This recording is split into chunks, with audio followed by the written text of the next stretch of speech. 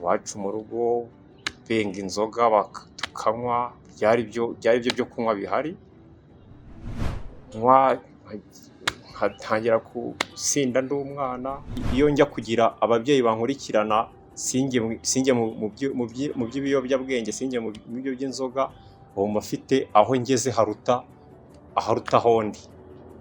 Imbaraga zanjye z'urubyiruko zose nazikoresheje mu biyobyabwenge. Ubu ngubu nibwo ndi gushaka kuvanamo rosi nagize ndi kunywa ibiyobyabwenge.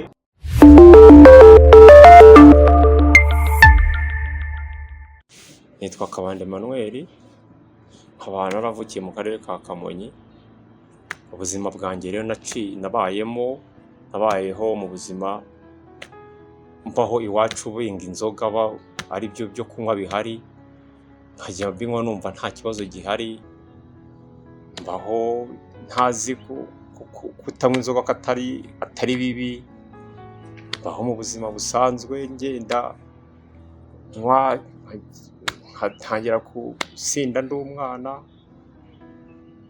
ndakura. Aho maze kubera mukuru rero nibwo nagiye ngenda numva ibintu by'inzoga, nkabona ni mbi ziratuma umuntu ajya mu bintu bitakagombye bitatekerezwaho. Usanga rimwe na rimwe hari ubwo tuzinyweye tugatongana n'abapolisi tukarwana. Aho nje gukurira rero maze kuva mu bwana, ushatse uwo twashakanye birangira tukajya duhorana mu makimbirane. Rero mu gihe tukajya dushora dushwana, ndagusenga nibwo nageze muri Purpose Rwanda. Turiga turasenga, batwigisha ubuzima bwo kuva mu bwigunge. Turaza turasenga, Imana ikajya yororoka ikaza ikavugana natwe. Dufite ibitekerezo bizima bitari bya bindi bya kera. Turabasha kuganira n'abana, turabasha kubigisha ijambo ry'Imana twakuye muri Purpose Rwanda. Iyo turi kumwe n'abandi twese tuba twumva dusengereye umugozi umwe, turi abana b'Imana.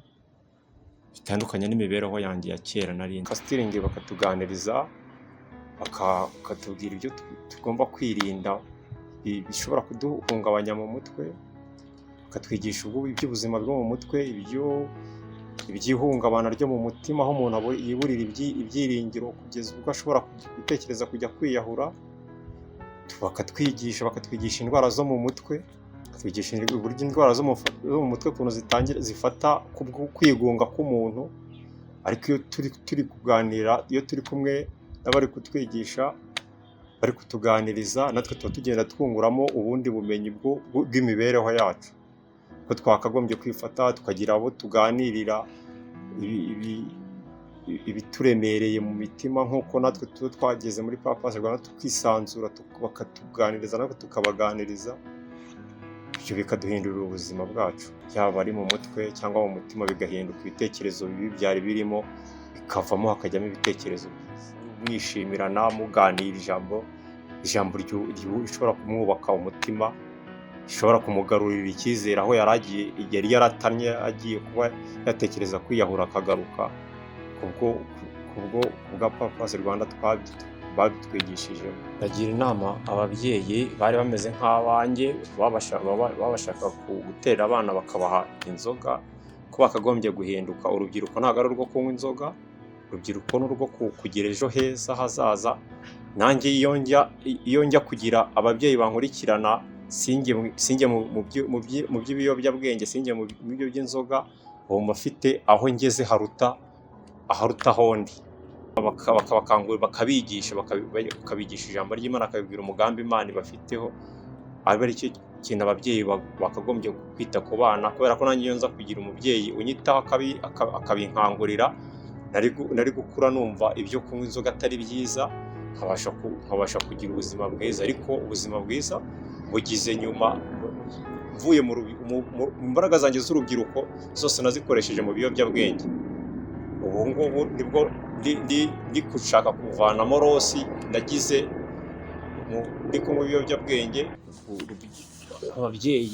Ababyeyi bafite abana bari mu rugo bagomba kubatoza kubaho batabatwa n'ibiyobyabwenge nta cyiza cyabyo. Ubu ndebye aho nari ndi icyo gihe nkareba aho ndi ubu, nsanga ndi mu bihe byiza cyane by'ubuzima bwiza, ibitekerezo biza neza, ariko icyo gihe ibitekerezo byanjye byari byivanze. Ndagira inama urubyiruko rero rugitekereza ibintu by'inzoga n'ibiyobyabwenge ntabwo ari byiza, byica umutima bikanica n'ubwonko kandi no ku mubiri. Ntabwo iyo ndebye icyo gihe uko nari meze icyo gihe nkareba n'uko meze ubu ngubu, nsanga mfite isura yo kugirirwa icyizere n'umuntu uwo ari we wese kubwo kureka inzoga. Ubu imbaraga z'urubyiruko ngewe iyo nzireba ni nyinshi, nanjye iyo nza kuzikoresha uko nari nzifite hari byinshi twari kugeraho biruta uko ibyo nagezeho. Ndagira inama urubyiruko ko bakagombye kwirinda ibiyobyabwenge, inzoga n'ibisa nabyo ntibakabigenderemo, bajye babaho ari urubyiruko rufite intego, rufite n'ibitekerezo bizima, babifashijwemo n'ijambo ry'Imana. Bazajya basoma Bible ibagira inama, kandi nta muntu Bibiliya igiyobya. Murakoze rero urubyiruko n'ababyeyi munyumvishije, tubeho turi abanyarwanda bazira ibiyobyabwenge n'inzoga.